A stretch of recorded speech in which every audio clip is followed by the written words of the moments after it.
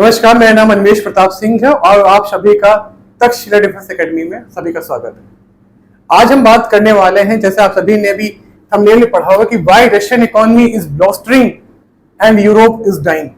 इतने सैंक्शन के बावजूद भी रशियन इकोनॉमी अच्छा परफॉर्म कर रही, वहीं पे यूरोपियन इकोनॉमी की हालत खस्ता हो चुकी है। जैसे फ्रांस के राष्ट्रपति इमैनुअल मैक्रोन का कहना था कि यूरोप विल बी डाई और यूरोप इज डाइंग।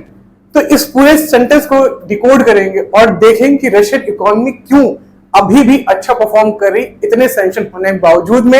और यहाँ भी देख सकते हैं ग्राफ था जो कि एक समय का यूरोप का था कि वो लगातार फ्लरिश कर रहा था, और अभी यूरोप की हालत क्या है, कितनी खराब हालत में यूरोप है। एंड यहाँ हमारे साथ में है व्लादिमीर लेनिनपुतिन। पूरा डिटेल में देखेंगे, आइए। तो पहला पॉइंट यहाँ पे जो है इनका एनर्जी सेक्टर है।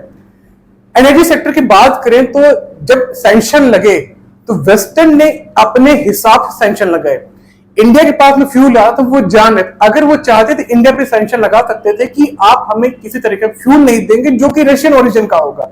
बट वेस्टर्न ने इस बात को मद्देनजर रखते हुए, क्योंकि जर्मनी ने जब इस बात का सैंक्शन लगाया था, जर्मनी में पड़ती ठंडक पड़ती है, तो जर्मनी में जो गैस जाती थी वो रशिया से जाती थी। तो क्या हुआ, उसके बाद में जब इन्होंने सैंक्शन लगाया तो जर्मनी में पड़ने लगी ठंड, और लोगों को चाहिए अपने गर्म रखने के लिए गैस चाहिए थी ताकि वो अपने घर में गर्म रख सके, और वो उनके पास में सफिशिएंट अमाउंट में थी नहीं।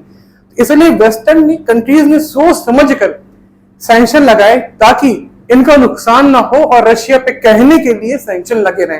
बट कितना ही नुकसान हुआ रशिया का, आप सभी जान रहे, रशिया की इकोनॉमी अच्छा परफॉर्म कर रही है। तो यही है कि ईरान और वेनेजुएला से ज्यादा सैंक्शन लगाने की कोशिश की गई, और आज के समय में रशिया ऐसी कंट्री है जिसके पास सबसे ज्यादा सैंक्शन लगे हुए हैं। बट फिर भी इनकी इकोनॉमी अच्छा परफॉर्म कर रही है। आज के समय में क्या है कि ईरान अपना तेल ज्यादा नहीं बेच पा रहा है एक्सेप्ट चाइनीज को।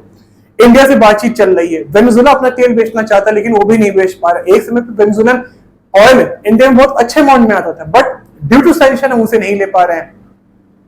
तो अभी जैसे मोदी गवर्नमेंट ने हिट दिया था कि हम इनसे वेनेजुएला से भी ऑयल लेना चाहते हैं, वो कब लेंगे, कैसे लेंगे, वो एक आगे का मुद्दा होगा। ठीक है, तो ये आप देख सकते हैं कि जो एनर्जी सेक्टर है वो भी अच्छा परफॉर्म कर रहा है, इसीलिए रशियन इकोनॉमी अच्छी तरीके से बची हुई है। आगे का जो पॉइंट है वो है कॉर्पोरेट इन्वेस्टमेंट। हमारे यूपीएससी ने एक बार क्वेश्चन पूछा था इकोनॉमी पे कि सबसे ज्यादा टैक्स कहां से मिलता है गवर्नमेंट को, तो ये था आंसर कॉर्पोरेट टैक्स। और इसी कॉर्पोरेट टैक्स या कॉर्पोरेट इन्वेस्टमेंट ने रशियन इकोनॉमी को बचा रखा है।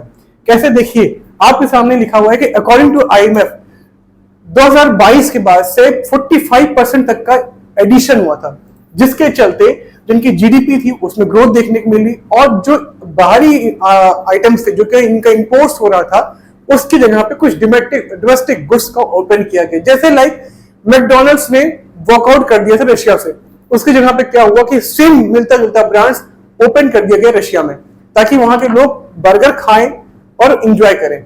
अब लोगों को फीलिंग बर्गर खाने की चाहिए थी, उन्हें मैकडी या डोमिनोज की नहीं चाहिए थी। उन्हें बर्गर खा रहे हैं, अच्छी क्वालिटी खा रहे हैं, उनको उसकी फीलिंग चाहिए थी।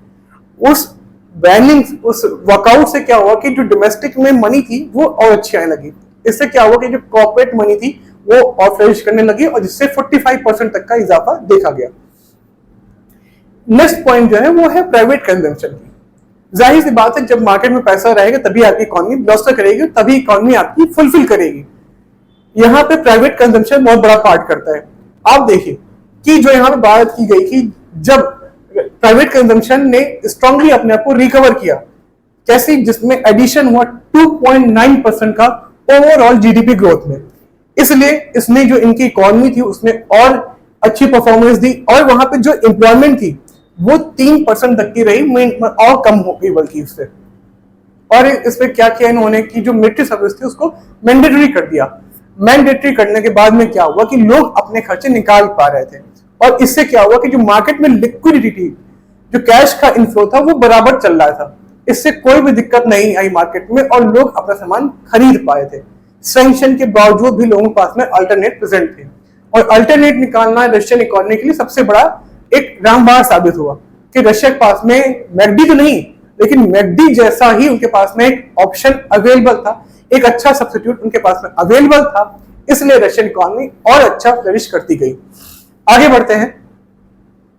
ये फिलहाल हमारे कोर्सेज हैं जो कि फुल स्विंग में चल रहे हैं। आप भी इन कोर्सेज को ज्वाइन कर सकते हैं, जिसमें हम आपके जीएस सब्जेक्ट्स की सारी स्ट्रेटेजीज स्ट्रेटेजीज के बारे में बात की गई। इसे 40+ मार्क्स हम कवर कराएंगे। इंग्लिश में 85+ मार्क्स आएंगे आपके, जिसकी हम फुल अश्योर्ड गारंटी लेते हैं।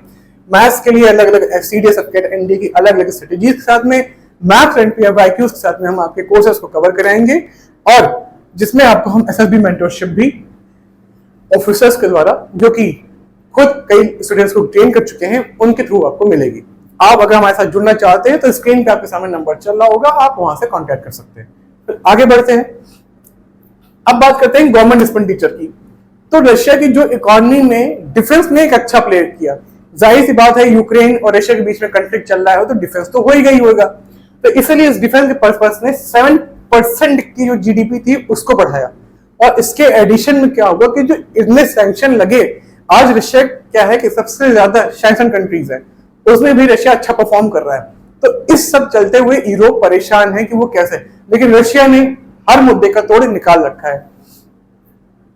इनके जो प्रीवियस एक्सपीरियंस थे, रशिया अगर हम पहले बात करें तो पहले G8 कंट्रीज हुआ करती थी, उसके बाद में G7 कंट्रीज बनी जब रशिया ने एनेक्स किया क्रीमिया में 2014 में, तो उनको निकाल दिया रशिया को, और वहां बना 2014 के बाद से बना फिर G7। उसके बाद से रशिया को एक ठीक ठाक एक्सपीरियंस था कि अपनी इकोनॉमी कैसे सर्वाइव करनी, कैसे बचानी। तो इस एक्सपीरियंस ने भी रशिया की काफी हेल्प की अपनी इकोनॉमी को बनाए रखने में। अब बात करते हैं रोल ऑफ सेंट्रल बैंक की। अभी आप सभी को जान के हैरानी होगी कि रशिया ने इस समय जो उनके डिफेंस मिनिस्टर थे उनको हटाया, बल्कि उनके जो पहले फाइनेंस मिनिस्टर थे जिनका इकोनॉमी बहुत अच्छा था, फाइनेंस मिनिस्टर नहीं, जो उनके इकोनॉमिक्स के एक एडवाइजर थे, उनको डिफेंस मिनिस्ट्री में लेके आए थे। तो वो इसमें रशिया की इकोनॉमी देख रहे हैं, और जो कि वो देख रहे हैं कि कैसे खर्चे होने वाले हैं डिफेंस को लेकर, वो दोनों तालमेल मिलाकर चलने वाले। तो रशिया ऐसे स्ट्रेटेजी फॉलो कर रहे हैं कि जो इनके इकोनॉमी है, इकोनॉमिक्स थे, उनको उठा के रखा किस पोजीशन पे, एज ए डिफेंस मिनिस्टर, ताकि वो डिफेंस में एक्सपेंडिचर होने वाले को बराबरी से कैलकुलेट कर सके। अब आपके दिमाग में होगा कि सर सर्गेई सोगरोव जो थे उनका क्या होगा। तो सर्गेई जी का एक अभी भी पोर्टफोलियो डिफेंस को ही लेकर है, बट जो मेन पोर्टफोलियो संभालेंगे वो होंगे इस समय एंड्रेई बोलुजोव, जो कि संभालेंगे Russian defence ministry, while having or despite having a experience of economist, but he is currently holding the portfolio of defense ministry। Same जैसे इस समय के हमारे जो करंट आरबीआई चीफ हैं, वो भी श्री रविकांत दास जी, वो भी हिस्टोरियन थे, लेकिन वो भी इस समय इकोनॉमी से रोल प्ले कर रहे हैं। और अभी जो इंडियन इकोनॉमी है वो कितना अच्छा फ्लरिश कर रही है, आपके सामने एग्जांपल है।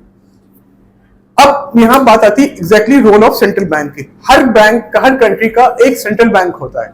हमारे इंडिया क्या है, reserve bank of India. Now अब यहाँ पे जो सेंट्रल बैंक है रशिया का, उसने भी कुछ इंपॉर्टेंट चीजें काम स्टेप किए, जैसे कि अल्वीरा नबीलुना, जो कि वहां के गवर्नर है किस चीज से, बैंक ऑफ रशिया के। तो उन्हें ये लगा कि मशीन को चलाए रखना है, मतलब जो रशियन इकोनॉमी उसको चलाए रखने के लिए क्या करेंगे, यही है कि जब मार्केट में पैसा आएगा। मार्केट में पैसा कब आएगा, जब लोगों के पास में जेब में पैसा रहेगा। जेब में पैसा रहने की क्या है कि आपको हर चीज का सब्स्टिट्यूट प्रोड्यूस करना है, और लोगों के पास में पैसा तभी आता है जब उनके पास में जॉब होगी। तो रशिया को लगा भाई अब इनके पास से जॉब जा रही, चलो हम इनके लिए मिलिट्री के लिए सभी को कंपलसरी करते हैं। तो लोगों के पास में पैसा आना शुरू हुआ, मैकडी चला गया, पेप्सी को चला गया। तो अब इन्हें क्या चाहिए कि भाई हमें और लोग चाहिए, तो क्या किया इन्होंने, सब्स्टिट्यूट प्रोड्यूस किए। फिर हमें अपना फ्यूल लगातार बेचना है, तो आज के समय में इंडिया चाइना के पास अच्छा खासा फ्यूल आ रहा है। अभी रिलायंस में भी एक म्यूचुअल एग्रीमेंट शिप पे गए, जहां पे जो हमें पहले 2-2 महीना 3-3 महीना के लिए ट्रेडिंग करके डील करते थे, ये डीलिंग ऊपर गई है। और यहाँ पे इसमें क्या हुआ कि अब रशिया को और भी भरोसा आ जाएगा भारत पे, तो और पैसा वो हमारे जो इनका इकोनॉमी उसमें इन्वेस्टमेंट होगी। तो इससे फायदा ये हो रहा है कि जो रशियन की इकोनॉमिक मैकेनिज्म थी वो लगातार चलती रही।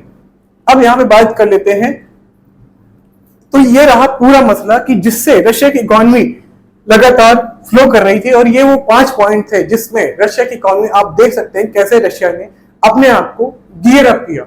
पहला पॉइंट आपके सामने फिर से एक बार क्विक रिकैप कर लेते हैं। सबसे पहला पॉइंट था एनर्जी सेक्टर, दूसरा पॉइंट था कॉर्पोरेट इन्वेस्टमेंट, तीसरा पॉइंट था प्राइवेट कंजम्पशन, चौथा पॉइंट आपके सामने था गवर्नमेंट एक्सपेंडिचर, और पांचवा था आपके सामने प्रीवियस एक्सपीरियंस। वही कि इतिहास अगर आप नहीं सीख सकते हैं तो आपके लिए इतिहास से कोई मतलब नहीं है। रशिया ने इसी बात को समझा, गांठ बांधी और उस पर निरंतर काम करते रहे। तो ये था फिलहाल पूरे रशिया इकोनॉमी का एक क्रक्स जो कि आपके सामने अवेलेबल था। आप इस लेक्चर को हमारे टेलीग्राम से ज्वाइन कर सकते हैं और वहां से इस लेक्चर की पूरी पीडीएफ को डाउनलोड कर सकते हैं। अब ये आपके सामने कैसे याद करने वाला है, अगर आपके सामने कभी भी इकोनॉमिक क्वेश्चन आए तो आप इसको इंट्रोड्यूस कर सकते हैं, like having a substitute good. आप इसे कैसे कैसे अपनी इकोनॉमी फ्लरिश करेंगे, आप रशिया के एग्जांपल ले सकते हैं। अगर आपके हाल ही फिलहाल में कोई एसएसबी है, कुछ भी आप देना चाहते हैं, अगर रशियन इकोनॉमी का जिक्र आएगा तो प्लीज आप इन सभी मुद्दों पर डिस्कस कर सकते हैं। फिलहाल ये था वीडियो का अंत। अगर आपको वीडियो अच्छी लगी please give a thumbs like and happy to subscribe. Please hit the button of subscribe so that we also feel happy to share the information. तब तक अपने को ध्यान रखें और कोई भी डाउट हो please drop your comments, your question, your queries into the comment box. Thank you and Jai Hind.